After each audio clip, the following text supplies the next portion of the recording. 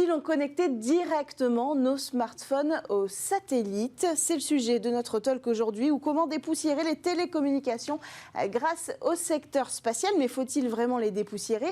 Quel atout proposent les satellites que n'aurait pas notre réseau terrestre développé et surtout peut-être moins cher? On va essayer de faire le point sur ce passionnant sujet avec nos invités en plateau. À ma droite, Maxime Puteaux, conseiller spécialiste des lanceurs chez Euroconsult. Bonjour.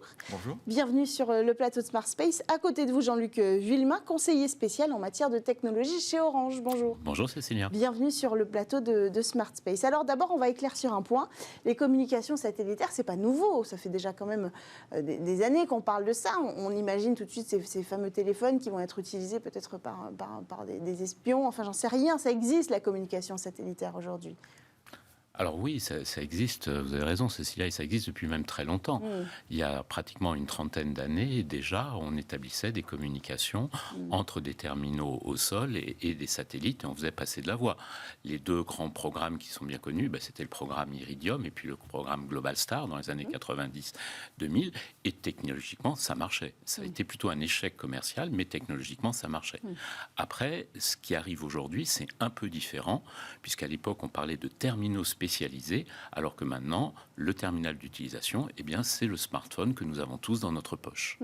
Alors, qu'est-ce qui manque aujourd'hui à la communication terrestre qu'essaie de combler cette nouvelle technologie qui arrive un petit peu? Le vrai changement qu'on voit arriver depuis 2 ans, c'est des propositions où on arriverait à connecter nos smartphones tels qu'on les a aujourd'hui, ou les nouvelles générations, sans aucune modification supplémentaire ou appareil additionnel. Il faut bien comprendre que, comme le disait Jean-Luc, la téléphonie mobile par satellite des années 90, c'était des terminaux qui faisaient la taille d'une brique de lait. Et on imaginait à l'époque que tout à chacun, et en premier lieu l'homme d'affaires, se trimbalait avec ce genre d'appareil, qui ne fonctionnait pas d'ailleurs à l'intérieur, pour passer des appels partout. Il se trouve que la téléphonie mobile terrestre a été beaucoup plus avancée et s'est déployée beaucoup plus rapidement que ce qu'on aurait pensé. On a mis des antennes presque partout. Et là, la nouvelle proposition de la téléphonie par satellite direct, c'est de dire, avec vos téléphones tels qu'ils existent aujourd'hui, vous pourrez passer des appels et recevoir quelques messages. C'est ça la vraie différence. Sans aucune modification, toute la complexité, elle est du côté du satellite, et vous avec votre smartphone, vous pourrez vous connecter. Mais alors, à quoi ça servirait? Ce serait quoi les cas d'application? D'abord, je reviens sur un petit point. Quand on dit toute la complexité, elle est au niveau du satellite, non, pas tout à fait. Il y a quand même une vraie complexité cachée au niveau du téléphone.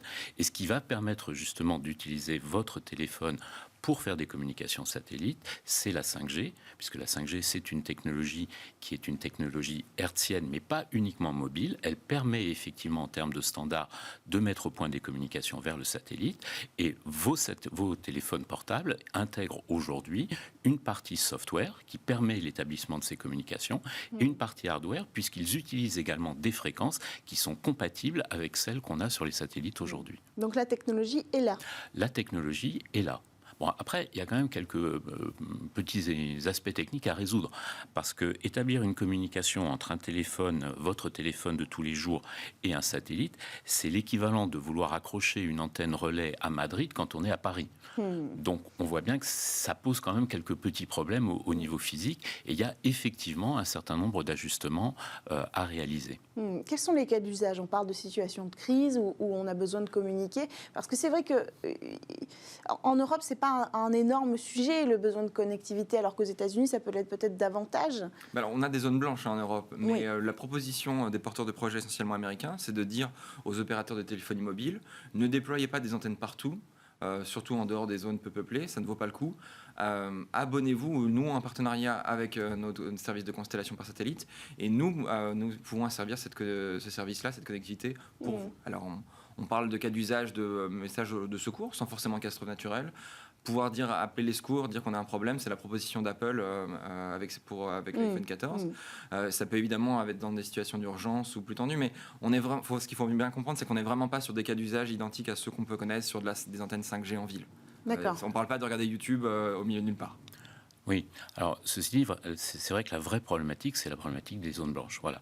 Il y a des endroits où c'est pas rentable d'un point de vue économique, puis il y a des endroits où c'est juste pas possible. Je ne sais pas si vous avez déjà essayé d'implanter des stations relais au milieu du Mont Blanc, c'est juste un peu compliqué, quoi. Et pourtant, les gens ont besoin de communiquer à partir de ces zones, et c'est une problématique qui est mondiale. Et c'est ça qui est intéressant, c'est que c'est une problématique qui touche l'ensemble des pays, et on sait très bien qu'un des avantages du satellite, c'est sa capacité à apporter des réponses au niveau mondial et pas simplement au niveau local. Alors là, on se posait la question, est-ce qu'en tant qu'opérateur, c'est intéressant d'aller chercher ça? Est-ce que le besoin est suffisamment important pour que l'investissement soit posé?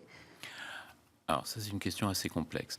Alors, s'agissant effectivement d'une solution globale et donc de constellations de satellites qui vont coûter plusieurs centaines de millions d'euros, c'est pas quelque chose qui est à la portée d'un opérateur en tant que tel. Voilà. Donc on est forcément dans une logique de mutualisation et donc de réalisation d'un outil qui sera à la disposition de l'ensemble des opérateurs de la planète. Bon, voilà. Après ça, même une fois qu'on a décidé de mutualiser cet outil, quel sera le modèle économique qui s'appliquera et est-ce qu'il y aura une vraie rentabilité? C'est vraiment la question aujourd'hui. Au niveau technique, et malgré les complexités que j'ai évoquées précédemment, je suis assez confiant sur le fait qu'on trouvera une solution et que le système fonctionnera.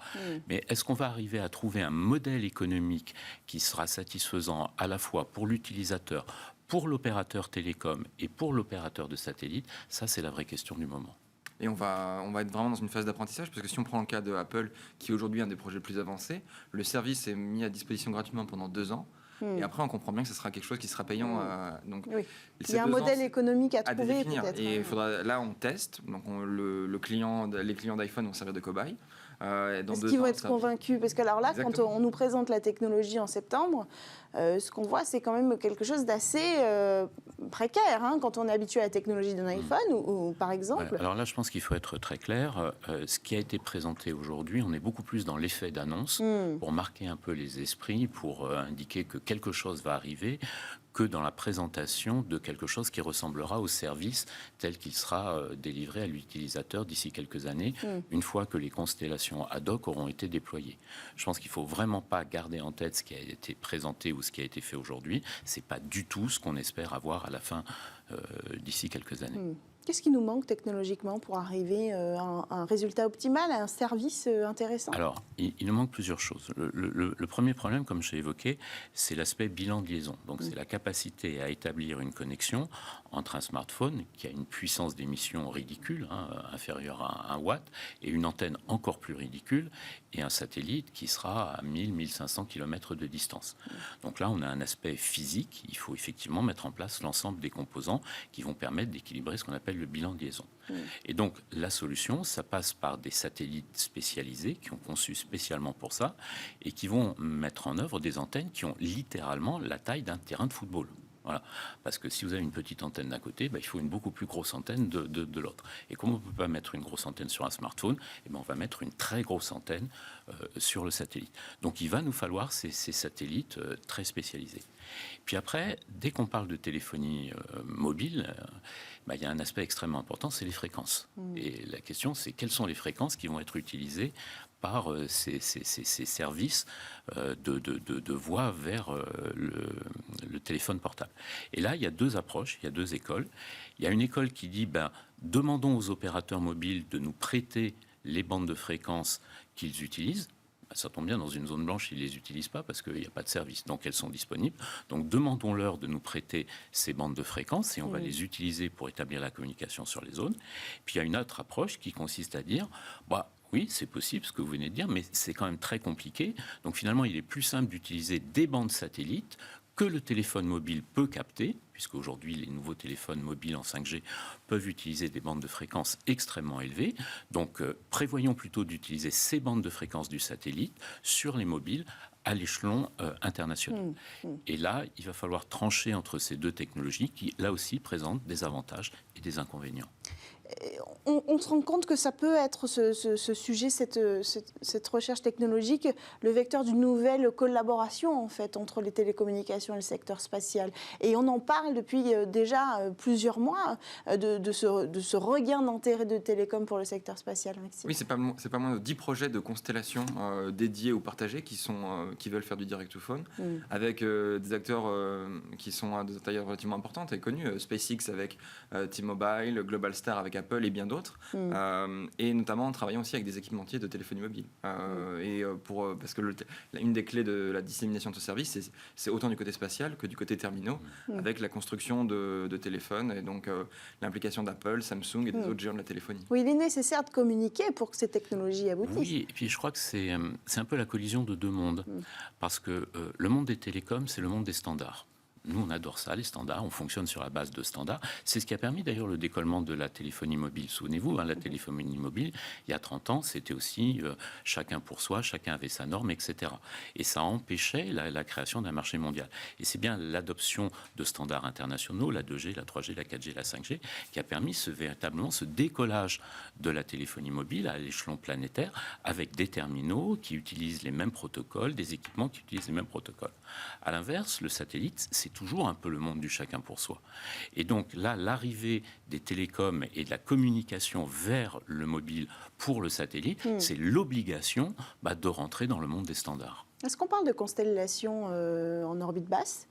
Oui. Essentiellement. Obligatoirement ? Alors, Si. la majorité des projets sont en orbite basse. Les projets chinois aujourd'hui veulent utiliser les satellites de navigation Beidou et certaines bandes de fréquences. Donc on est sur des orbites un peu plus hautes. Mais oui, la majorité, comme pour les raisons qui ont été évoquées par Jean-Luc, c'est avant tout l'orbite basse. Alors on comprend qu'il va y avoir très vite une guerre, parce que si on veut avoir ce service-là, dans la mesure où il y aura peu de constellations en orbite basse parce qu'il n'y aura pas suffisamment de place pour mettre tout le monde, et cette course a déjà commencé, on en parle souvent ici. De la même façon, les acteurs de télécommunications vont devoir peut-être pousser leurs champions, si j'ose dire, pour obtenir une place sur ce marché-là. Alors, je pense qu'il y a deux contraintes. Il y a une contrainte physique, effectivement, qui est liée au nombre de constellations que l'espace peut accueillir, même si l'espace c'est grand. Mais je crois surtout qu'il y a une contrainte économique. On est quand même sur un marché qui est relativement un peu important. Je ne sais pas si vous avez cet ordre d'idée en tête, mais l'ensemble des services de télécommunication du spatial, ce sera à terme 2% du chiffre d'affaires des opérateurs télécoms. Donc c'est vraiment extrêmement petit. On est en train de parler d'un marché, alors je dirais pas de niche, mais quand même, quoi. Et il n'y aura pas la place pour 50 acteurs au niveau économique. Il y aura de la place peut-être pour un, peut-être, c'est même pas sûr. Deux, ce sera beaucoup plus tangent et certainement pas pour plus. Comment va se positionner la constellation européenne, Iris, dans tout ça ? Pour l'instant, ce n'est pas un cas d'usage qui est envisagé pour cette constellation. Elle couvre déjà énormément d'applications, des communications sécurisées, de la surveillance de l'espace, du bas débit. Ça serait compliqué de lui en rajouter une supplémentaire, même si je pense qu'à terme, c'est quelque chose qui intéressera forcément les Européens pour des questions de souveraineté. Mais Iris vraiment répond à un besoin de souveraineté des institutionnels qui, pour l'instant, ne s'intéresse pas trop à la couverture des zones blanches. Donc, ce ne serait pas un besoin de souveraineté que de couvrir ce champ d'application ? Il y a quand même peut-être des enjeux géopolitiques dans cette nouvelle technologie. Aujourd'hui, il faut voir que la plupart des forces armées des pays occidentaux disposent de leur propre système de communication sécurisé. Syracuse en France permet ce genre d'échange. Voilà. Qu'à terme, il y ait une approche plus globalisée à travers une constellation, oui, c'est possible. Mais comme l'a dit Maxime, aujourd'hui, les enjeux d'Iris sont tels, il y a tellement de cas d'usage, c'est tellement compliqué, et les télécoms, enfin la partie communication, c'est tellement spécifique que je crois qu'il y a le temps. C'est pas la priorité. Réagir là-dessus, Maxime ? Oui, il y a le calendrier qui a été avancé par le commissaire européen breton est tellement agressif qu'on ne peut pas vraiment se permettre de se diversifier et de perdre trop de temps sur un sujet qui encore doit être maîtrisé et qui nécessite une couverture globale. Mais alors, c'est ça qui est étonnant, c'est-à-dire que là, on est dans la projection, encore, on parle d'une disruption technologique qui amène à peine ses premières pierres. Pourtant, il faut quand même aller assez vite, parce qu'à côté, le secteur spatial avance très vite, les constellations sont pour la plupart déjà en orbite. technologiquement, il va falloir faire le rapprochement à un moment donné. Oui, mais on n'est pas en opposition. Hein. Par contre, il faut bien voir qu'on parle quand même de constellations qui, pour une grande partie d'entre elles, mettront en œuvre des matériels extrêmement spécifiques. Voilà. C'est pas l'ensemble des constellations qui sont déjà lancées, etc., qui vont du jour au lendemain acquérir la capacité de faire des communications voix sur les zones blanches. Mais il y a des sociétés qui ont déjà lancé des satellites, des preuves de concept pour réaliser un certain nombre de tests. Moi, je trouve que ça avance au contraire assez vite. Et il ne faut pas oublier que la normalisation sur les téléphones, elle est relativement récente et elle n'est pas encore tout à fait déployée sur l'ensemble des terminaux. Alors, avant de conclure, on peut revenir sur un point spécifique. Quand on a préparé cette émission, on a beaucoup parlé des antennes ensemble.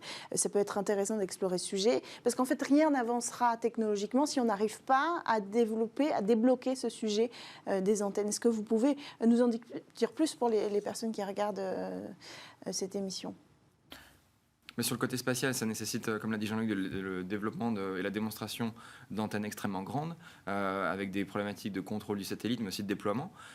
Si on prend le cas de Starlink, on envisage le déploiement du service pour Starlink vers deuxième génération. C'est des satellites qui font plus de 300 kg, mais qui font 1,5 tonne et qui ont besoin d'être lancés avec Starship. Donc on parle de satellites extrêmement grands qui vont du coup devoir assurer toute cette complexité en même temps que le segment terrestre. Et moi, je suis peut-être plus préoccupé par le segment spatial de mon expérience que par la rapidité de la téléphonie mobile des équipementiers terrestres à développer du service, puisque des iPhones et Samsung sortent à une fréquence annuelle, sont développés sur des cycles relativement courts, alors quand on parle d'infrastructure spatiale, on est sur des projets de 5-7 ans et qui sont souvent en retard. On a un gros problème de timing quand même. J'ajouterais que sur les antennes, de toutes les façons, on va utiliser le téléphone de Monsieur Tout-le-Monde pour cette application. Donc il n'y a pas réellement de problématique sur les équipements terrestres d'antennes.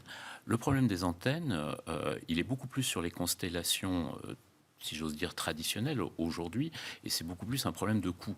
Aujourd'hui, on n'arrive pas à avoir des antennes permettant d'adresser des constellations existantes ou à venir, des Starlink, des OneWeb, etc., à des prix qui sont compatibles avec des applications très grand public et à des coûts relativement maîtrisés.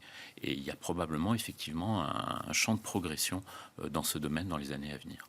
Si on se projette rapidement avant de terminer, qui sera le prochain acteur à s'emparer du sujet ? Quel va être le prochain jalon de ce développement technologique selon vous ? Côté spatial ou terrestre ? Vous choisissez. Alors, moi je pense que quand même le moteur aujourd'hui, il est plus du côté spatial que du côté terrestre. Comme je l'ai dit, il y a un certain nombre de constellations qui ont déjà réalisé des preuves de concept, qui ont réalisé des simulateurs. Il y a des satellites qui sont en orbite et qui sont destinés à tester le système. Donc c'est indubitablement ces acteurs-là, qui sont des acteurs spécialisés sur ce créneau, qui vont tirer toute l'industrie. Et du côté des constellations, il va falloir aussi rapidement passer de l'étape du prototype et de la démonstration à la phase de déploiement global et de montrer qu'il y a un service. C'est ça en fait, il faut que le spatial joue son rôle pour aller convaincre les télécommunications en premier lieu. Moi je dirais même au-delà de l'opérateur de téléphonie à qui il va falloir forcément nouer un partenariat, il va falloir convaincre l'utilisateur moyen, vous, moi, que le service fonctionne et a un intérêt quitte à payer le supplément induit par ce surcoût.